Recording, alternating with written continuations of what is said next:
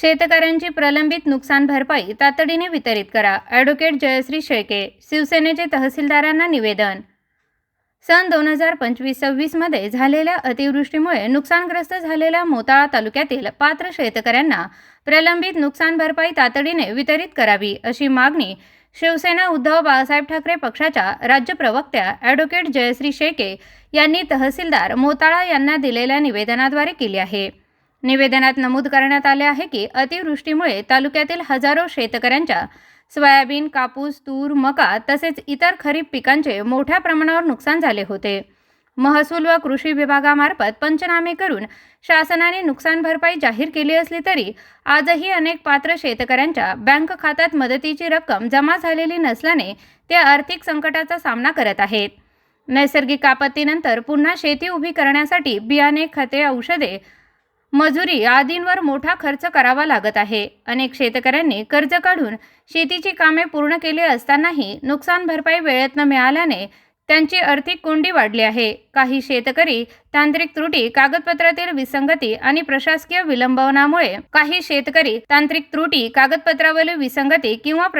विलंबामुळे मदतीपासून वंचित राहिले असून काहींचे प्रस्ताव मंजूर होऊनही त्यांच्या खात्यात अद्याप रक्कम जमा झालेली नसल्याचे निवेदनात म्हटले आहे.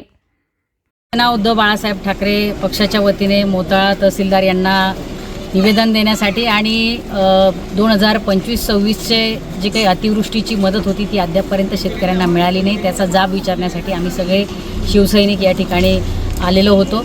आणि या ठिकाणी आल्यानंतर अतिशय गंभीर प्रकार समोर आला आहे. तो म्हणजे अद्यापपर्यंत 3100 जवळपास शेतकऱ्यांचे डेटा अपलोड हा झालेला नाही, त्यांचे KYC अपलोड करण्यात आलेल्या नाहीत आणि त्यामुळे हे शेतकरीसुद्धा कदाचित जर या ठिकाणी आपण आंदोलन केलं नसतं, आपण आवाज उठवला नसता तर कदाचित हे या मदतीपासून वंचित राहू शकले असते.